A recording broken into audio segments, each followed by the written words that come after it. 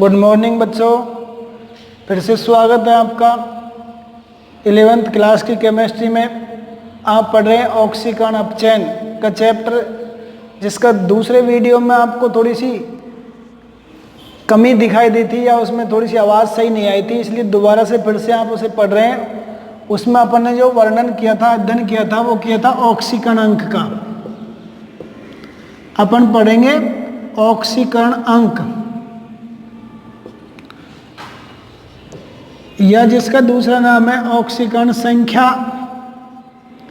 Oxidation number. देखिए, मैंने बताया था ऑक्सीकरण अंक या ऑक्सीकरण संख्या क्या है। कोई भी अणु, परमाणु, आयन, तत्व, मूलक जिस पर आवेश विद्यमान होता है, या फिर वह अणु, परमाणु, आयन जितने इलेक्ट्रॉन त्यागता है अथवा जितने इलेक्ट्रॉन ग्रहण करता है, वही संख्या उस अणु, परमाणु, आयन या तत्व की ऑक्सीकरण अंक या ऑक्सीकरण संख्या कहलाती है। दोबारा से देखें, कोई अणु, परमाणु, आयन, मूलक या तत्व पर जितना आवेश विद्यमान होता है, वह उस पदार्थ का या उस तत्व का, उस अणु का, उस मूलक का, उस आयन का ऑक्सीकरण अंक कहलाता है। इसे ऑक्सीकरण संख्या भी कहते हैं। ऑक्सीकरण अंक ज्ञात करने के नियम कुछ अपन पढ़ रहे थे। दोबारा से देखें, कोई भी अणु, परमाणु, तत्व, मूलक, आयन, परमाणु, जैसे अपन बात करते हैं हाइड्रोजन है H2, ये समपरमाणुविक अणु है और परमाणु, दो परमाणु है वो सहसंयोजक बंध से बंधित हैं, इसलिए इसका ऑक्सीकरण अंक जो होगा वो 0 होगा। परंतु यही जब किसी अन्य परमाणु के साथ संयोग करता है, कोई यौगिक बनाता है, तो हाइड्रोजन का ऑक्सीकरण अंक +1 होता है, बताएंगे नियम में। देखिए, ऑक्सीकरण अंक ज्ञात करने के नियम। ऑक्सीकरण अंक ज्ञात करने के नियम पढ़ रहे हैं आप। ऑक्सीकरण अंक ज्ञात करने के नियम मैंने बताया। ऑक्सीकरण अंक ज्ञात करने के बहुत सारे नियम हैं, जिनमें नंबर 1, जो क्षार धातुएं हैं, आप जानते हो, कक्षा 10 में पढ़ के आए हो। जो क्षार धातुएं हैं, क्षार धातुएं हैं lithium, sodium, potassium, rubidium, caesium, francium आदि। क्षार धातुएं या क्षार धातुओं का जो ऑक्सीकरण अंक होता है वो +1 होता है। ये ध्यान रखने की बात है। क्षार धातुएं यदि स्वतंत्र अवस्था में स्वयं अकेली तो 0 होएगा। किसी भी तत्व का स्वतंत्र अवस्था में या पृथक रूप से वो विद्यमान होता है तो उसका ऑक्सीकरण अंक 0 होता है, अपनी जो तटस्थ अवस्था में होता है तो। परंतु यौगिक में क्षार धातुओं का ऑक्सीकरण अंक +1 होता है। नंबर दूसरा नियम, जो क्षारीय मृदा धातुएं हैं, क्षारीय मृदा धातुएं वो कौन कौन सी हैं? वह बेरिलियम,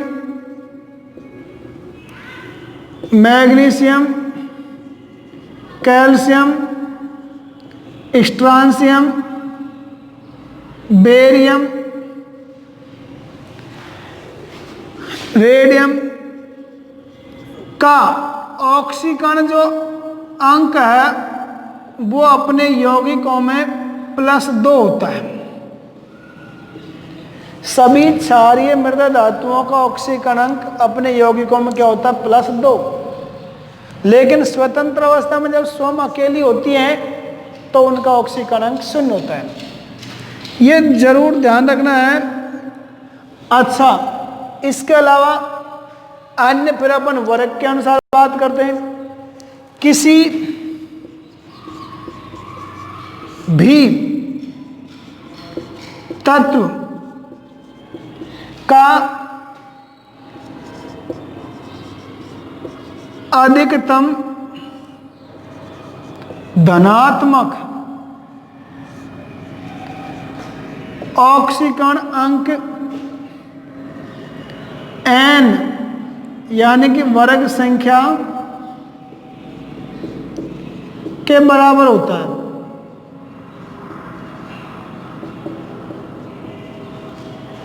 वर्ग संख्या के बराबर होता है। और मेंडलीव के अनुसार जो वर्ग संख्या थी वो 8 थी, जिनमें से 8वां वर्ग को छोड़कर सभी 2 वर्गों में विभाजित थे।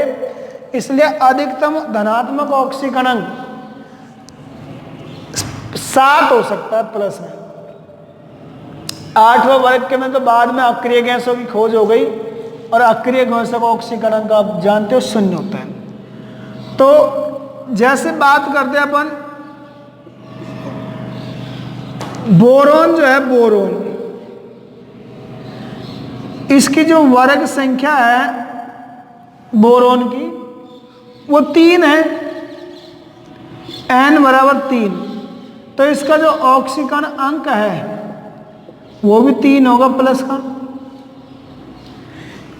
इसी प्रकार अन्य कोई भी, जैसे नाइट्रोजन की बात करें, इसकी जो वर्ग संख्या है वो 5 है, तो इसका ऑक्सीकरण अंक भी क्या होगा, +5।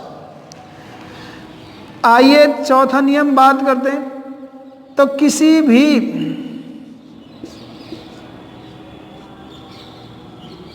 तत्व का ऋणात्मक अधिकतम, ये कहो अधिकतम ऋणात्मक ऑक्सीकरण अंक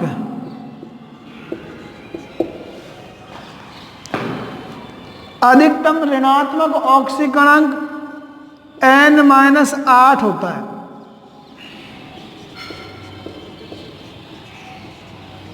n-8 से मतलब यहां n जो है वो वर्ग की संख्या है, यहां n बराबर वर्ग संख्या है। अब बात करते हैं, जैसे ऑक्सीजन है का ऑक्सीकरण अंक, इसकी जो वर्ग संख्या है वो 6 है। वर्ग 6 में आता है ऑक्सीजन, तो इसकी अपन जो फॉर्मूला लगाएंगे n-8, तो 6-8 बराबर माइनस के 2 हो जाएगा। तो ऑक्सीजन का जो ऑक्सीकरण अंक होगा वो -2 होगा। ओके, लेकिन ऑक्सीजन जो है उसके ऑक्सीकरण अंक कई होते हैं, वो अपवाद स्वरूप हम बताएंगे अलग अलग जगह पर।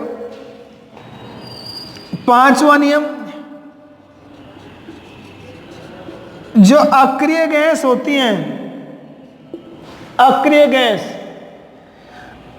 गैस है helium, neon, argon, krypton, xenon, radon, ये सब है का ऑक्सीकरण अंक जो होता है अक्रिय गैसों का वो 0 होता है। इन सब का ऑक्सीकरण अंक क्या होता है बेटे, 0 होता है अक्रिय गैसों का। और जिनका ऑक्सीकरण अंक 0 होता है उन पर किसी प्रकार का आवेश विद्यमान नहीं होता है। ओके, अगला नियम बात करते हैं हम, स्क्रीनशॉट ले लीजिए बाद में पढ़ने के लिए काम दे। अब बात करते हैं नियम नंबर 6 की। देखिए,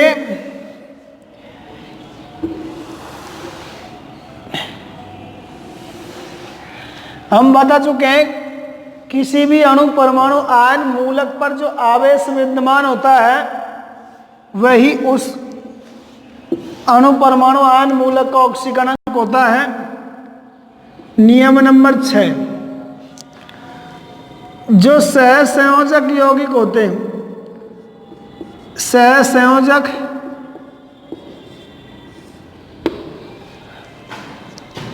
बंध से बंधित परमाणुओं का ऑक्सीकरणांक शून्य होता है। ध्यान रखना, दो या दो से अधिक परमाणु जो सहसंयोजक बंध से बन रहे हैं तो उनका ऑक्सीकरणांक शून्य होगा। वो इसलिए जैसे अपन बात करते हैं H और H के मध्य सहसंयोजक बंध है, H2 बना रहा है, इसका ऑक्सीकरणांक शून्य, इसका ऑक्सीकरणांक शून्य, इसका भी ऑक्सीकरणांक शून्य। O डबल बॉन्ड O और O2 बना रहा है, इसका भी ऑक्सीकरणांक शून्य, इसका भी ऑक्सीकरणांक शून्य, इसका भी ऑक्सीकरणांक शून्य। तो ध्यान रखना, जो सहसंयोजक बंध से बंधित परमाणु होते हैं उनका ऑक्सीकरणांक शून्य होता है। नियम नंबर 7, जो आयनिक बंध होता है, आयनिक बंध से बंधित परमाणुओं का ऑक्सीकरण अंक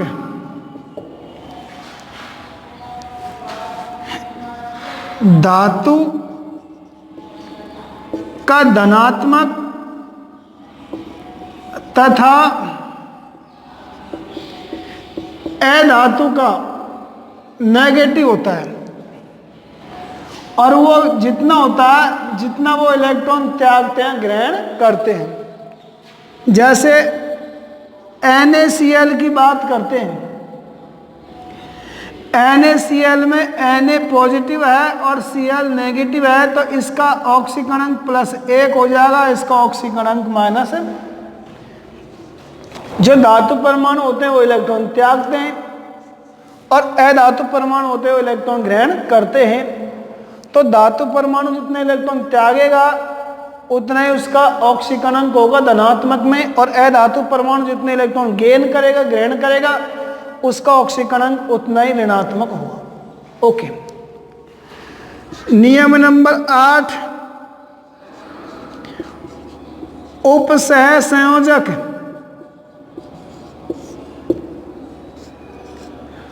बंध से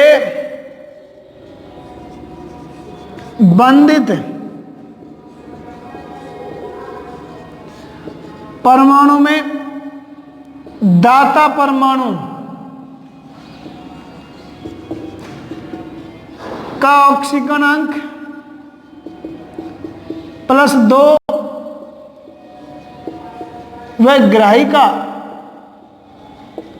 ऑक्सीकरण अंक -2 होता है। उपसहसंयोजक बंध के बारे में आप जानते हैं? नहीं जानते? 1 मिनट में सुन लीजिएगा। उपसहसंयोजक बंध में क्या होता है? आयनिक बंध में तो होता है धनायन और ऋणायन के मध्य परमाणुओं में बंध बनता है।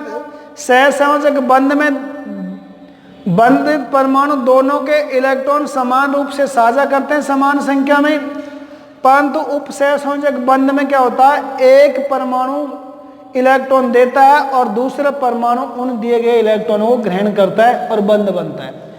इस बंध को हम तीर के चिन्ह से दर्शाते हैं जो दाता से ग्राही की ओर होता है। जैसे ए परमाणु है और बी परमाणु है, इन दोनों के मध्य सहसंयोजक बंध बनता है, तो इसको इस तरीके से दर्शाते हैं। ये दाता परमाणु हो गया, इलेक्ट्रॉन दोनों इसी ने दिए हैं। ये ग्राही हो गया, तो दाता पर जो इलेक्ट्रॉन आएगा आवेश वो +2 और ग्राही पर आएगा -2। तो इस प्रकार से इसका ऑक्सीकरणांक +2 होता है, इसका ऑक्सीकरणांक -2 होता है। तो उपसहसंयोजक बंध से बंधित परमाणुओं में दाता परमाणु का ऑक्सीकरणांक +2 और ग्राही परमाणु का ऑक्सीकरणांक -2 होता है। यह है ऑक्सीकरणांक ज्ञात करने के नियम। और देखिए 8 नियम हो गए। इन नियमों की तादाद बहुत ज़्यादा है, संख्या बहुत है, परंतु हमें मुख्य जो नियम है वो यही हैं और इन्हें याद रखना है। अंत में मैं एक नियम ऐसा बताऊंगा जो सभी पर लागू होगा, वो बताएंगे बाद में। फिलहाल नियम नंबर 9 की बात करते हैं। जो धनमूलक और ऋणमूलक होते हैं उन पर जो आवेश होता है वही उनका ऑक्सीकरणांक होता है। तो देखिए जैसे बात करते हैं अपन, हीरा है, ग्रेफाइट है, NH3 है, CO है, का ऑक्सीकरणांक पिरीडीन है, का ऑक्सीकरणांक 0 होता है। इन सब का ऑक्सीकरणांक 0 होता है। और नियम देखिए, जैसे Cl नेगेटिव है, OH नेगेटिव है, ClO3 नेगेटिव है, NO2 नेगेटिव है, NO3 नेगेटिव है। इसी प्रकार और भी कोई, जैसे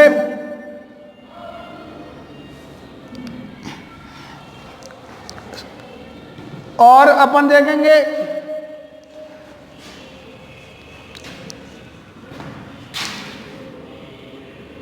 जितने भी ये मूलक हैं, ऋण मूलक हैं, जिन पर जो आवेश विद्यमान होता है, इन पर जो आवेश विद्यमान होता है, जैसे HCO negative format ion, CH3 COO negative यानी कि एसीटेट आयन का ऑक्सीकरण अंक -1 होता है। इन पर जो आवेश विद्यमान है वही इनका क्या है, ऑक्सीकरण अंक है। और देखिए जैसे सल्फेट है, SO4 2 नेगेटिव, कार्बोनेट है, CO3 2 नेगेटिव, ऑक्जिलेट है, C2O4 2 नेगेटिव, ऑक्जिलेट आयन है। इसी प्रकार अन्य कोई भी है जिस पर 2 नेगेटिव चार्ज होता है, का जैसे सल्फाइड है, H2 नेगेटिव, का ऑक्सीकरण अंक -2 होता है।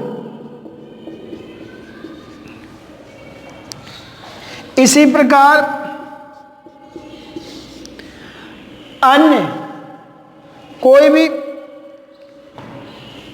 आयन है, किसी भी प्रकार का आयन है और उन पर जो आवेश विद्यमान होता है वही उनका ऑक्सीकरण अंक कहलाता है। जो हैलोजन है,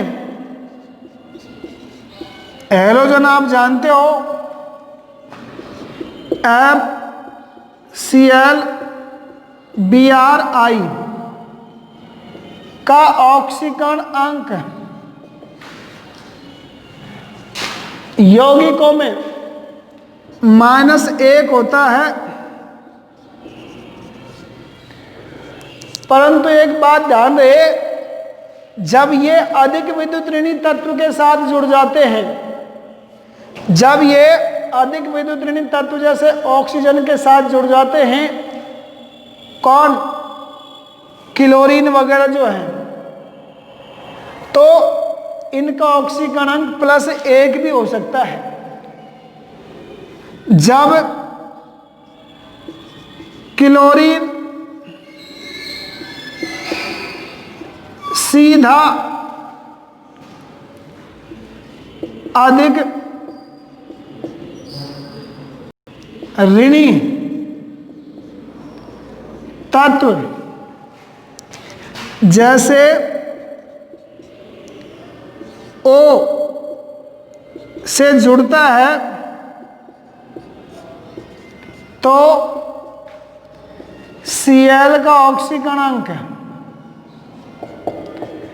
+1 होता है।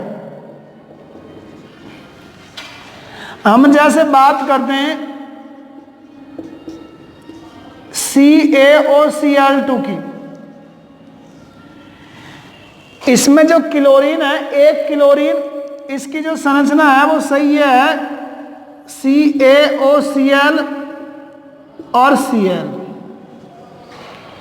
अब इसमें ये जो क्लोरीन है इसका ऑक्सीकरणांक -1 है, परंतु ये जो क्लोरीन है इसका ऑक्सीकरणांक +1 है। वो इसलिए कि ये सीधा ही ऑक्सीजन से अधिक विद्युत ऋणी तत्व से जुड़ा है। इसलिए तो मैं बताता हूं कि सभी हेलोजनों का ऑक्सीकरणांक -1 होता है यौगिकों में, परंतु जब क्लोरीन जैसे परमाणु हैं और वो अधिक विद्युत ऋणी परमाणु से सीधे जुड़ जाते हैं जैसे ऑक्सीजन से, तो फिर उनका ऑक्सीकरणांक माइनस में न होकर प्लस में होता है। ओके, आपने पढ़े अब तक 12 नियम, और अब सबसे इंपॉर्टेंट जो नियम है वो हम बता रहे हैं आपको कि जिसको रामबाण कहते हैं एक तरह से। अपन एक बात ध्यान रहे, नियम नंबर 13, किसी भी यौगिक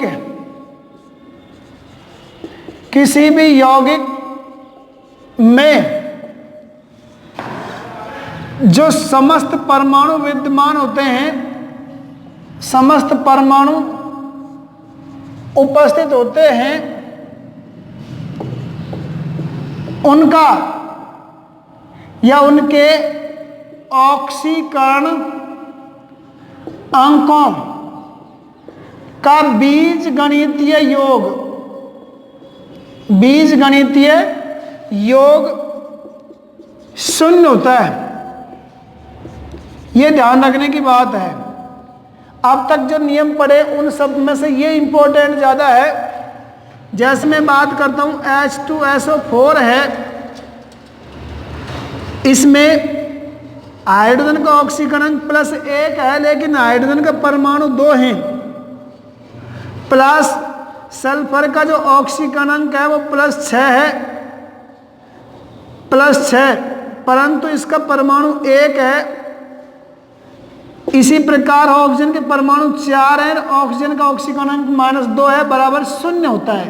पढ़ा मैंने सबका, बताया कि सबका ऑक्सीकरण बीजगणितीय योग 0 होता है। तो देखिए +2 +6, 4 दूनी -8 बराबर 0, तो ये हो जाएगा 2 और 6 8 प्लस के और -8 बराबर 0।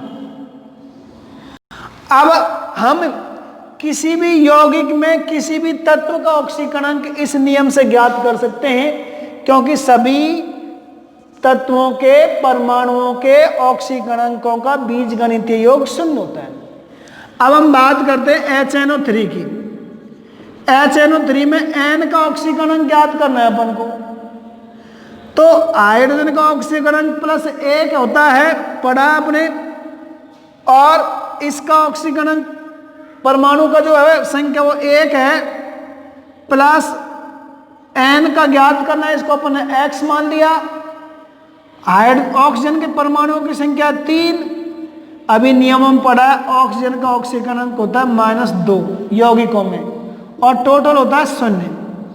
तो +1 + X और -3 दूनी 6 बराबर 0। ये प्लस का 1, ये माइनस का 6, प्लस का 1 कट गया तो माइनस के 5 बच गए बराबर 0। तो x बराबर पक्षांतरण कर दो प्लस का 5, तो यहाँ नाइट्रोजन का जो ऑक्सीकरण अंक आएगा वो +5 आएगा। ये ध्यान रखने की बात है। तो किसी भी, सबसे ज्यादा इंपॉर्टेंट यही है नियम, किसी भी यौगिक में जब ऑक्सीकरण ज्ञात करना हो किसी भी परमाणु का, तो उसका अपन x मान लेते हैं जिसका ज्ञात करना है, और समस्त के बीजगणितीय योग कर देते हैं। अब हमें यह ज्ञात होना चाहिए H का +1 है, ऑक्सीजन का -2 है, परमाणुओं की संख्या को गुणा कर देते हैं उसे। और कुछ नियम है जो बता रहे हैं, जैसे अपन बात करते हैं नियम नंबर 14 की, जो H2 है यानी हाइड्रोजन अणु, H2 अणु में हाइड्रोजन का ऑक्सीकरण अंक 0 होता है।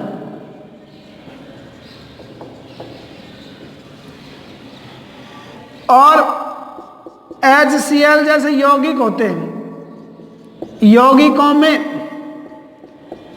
H का जो ऑक्सीकरण अंक है यौगिकों में कोई से भी हो वो +1 होता है।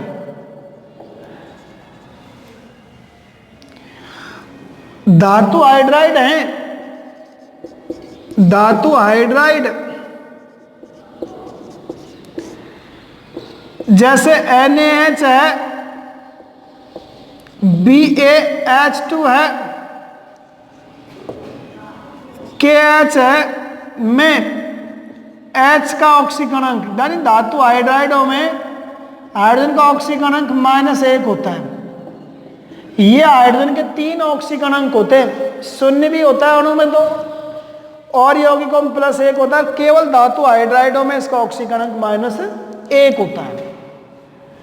नियम नंबर 15 देखिए, O2 अणु में यानी कि ऑक्सीजन अणु में O का जो ऑक्सीकरण अंक होता है वो 0 होता है, 0। मैंने बताया किसी भी अणु का स्वतंत्र अवस्था में ऑक्सीकरण अंक 0 होता है। ऐसे ही यौगिकों में, या फिर यौगिक में इसके 3 प्रकार के होते हैं। सामान्य ऑक्साइडों जैसे H2O है में O का ऑक्सीकरण अंक जो होता है वो -2 होता है। सामान्य ऑक्साइडों में ऑक्सीजन का जो ऑक्सीकरण अंक होता है वो -2 होता है। पराक्साइडों में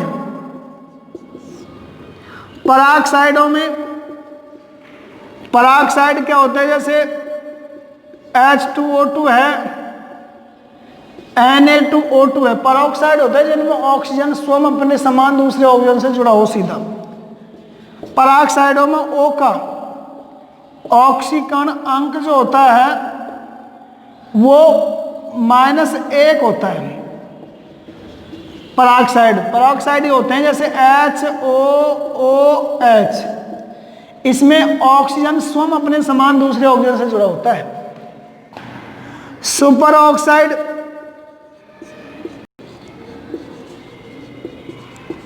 ऑक्साइडों में सुपर ऑक्साइड है जैसे KO2 है, RbO2 है, यानी कि इनमें 2 ऑक्सीजन परमाणु एक ही धातु परमाणु पर जुड़े होते हैं।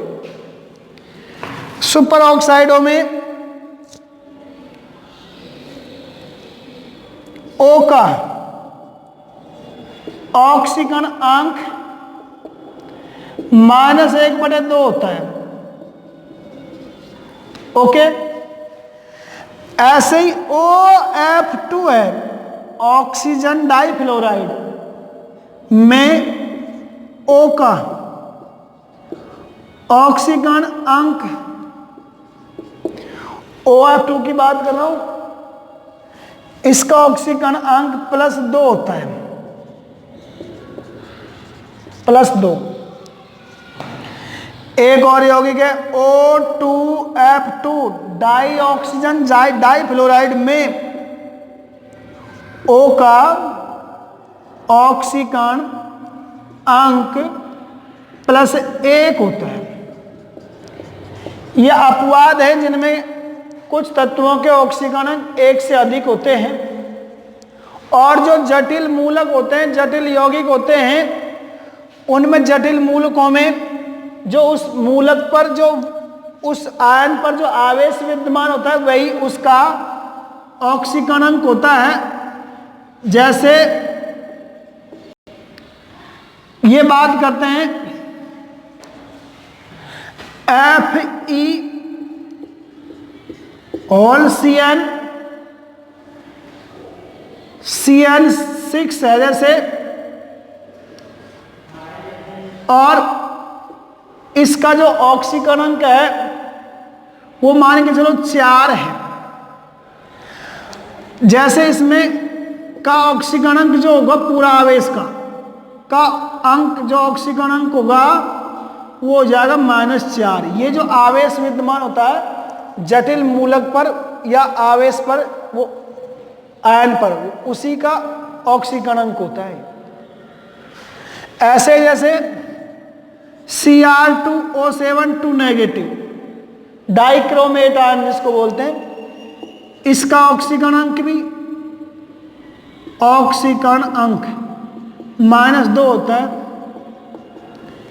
तो इन पर जो आवेश विद्यमान होता है वही इनका ऑक्सीकरण अंक होता है। शेष बाद में इनकी गणनाएं और करेंगे, ऑक्सीकरण अंक ज्ञात करने की अगले वीडियो में पढ़ेंगे हम। तो दोस्तों, आपको ऑक्सीकरण अंक में कोई भी पॉइंट जो समझ में नहीं आता है उसे कमेंट करके आप पूछ सकते हैं, आपको बता दिया जाएगा।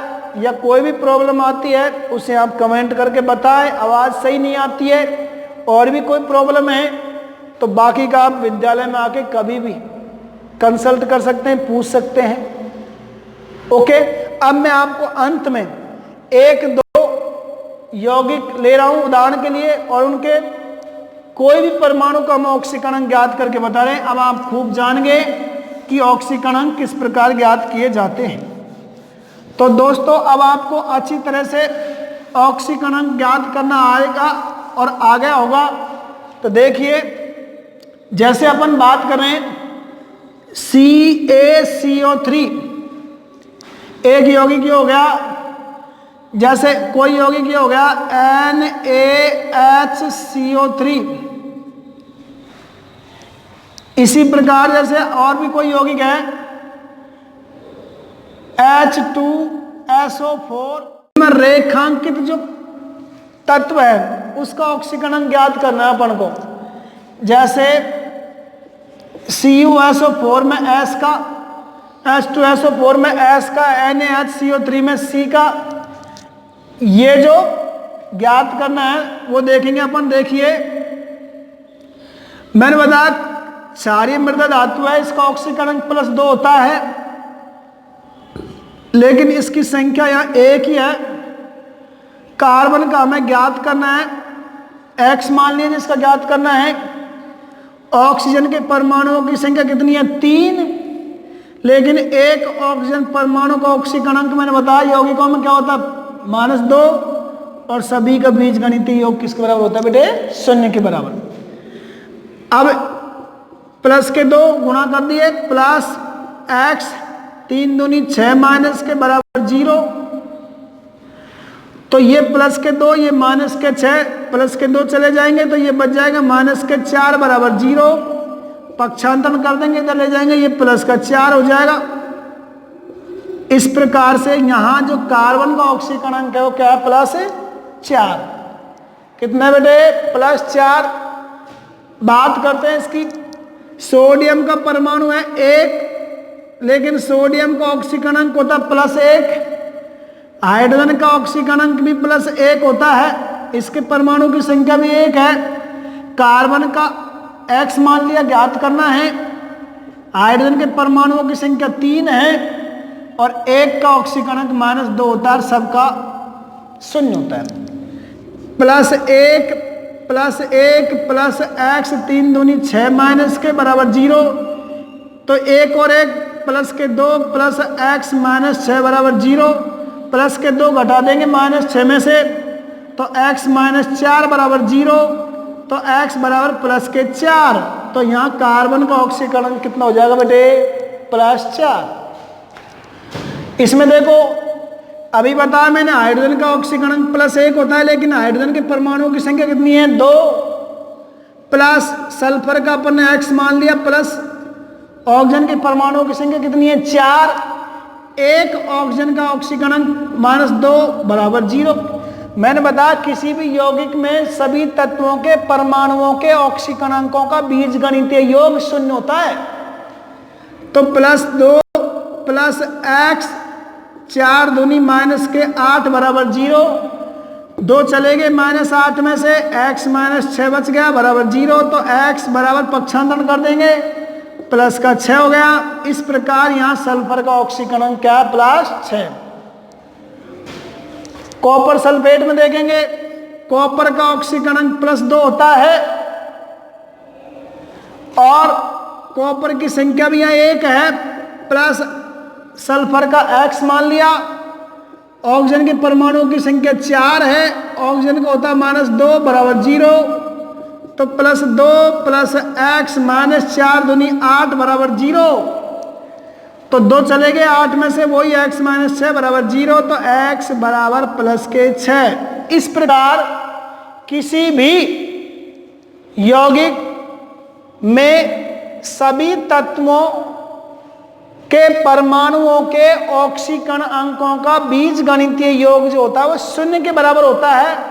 इस नियम से हम यौगिक में उपस्थित किसी भी तत्व का ऑक्सीकरण ज्ञात कर सकते हैं। ठीक है दोस्तों, और अन्य उदाहरण आप करके देखें, और बाकी का किसी भी प्रकार की प्रॉब्लम आती है आप कमेंट करके पूछें, उनका जवाब दिया जाएगा। और कोई प्रॉब्लम आती है वो आप विद्यालय में आकर पूछें। ओके।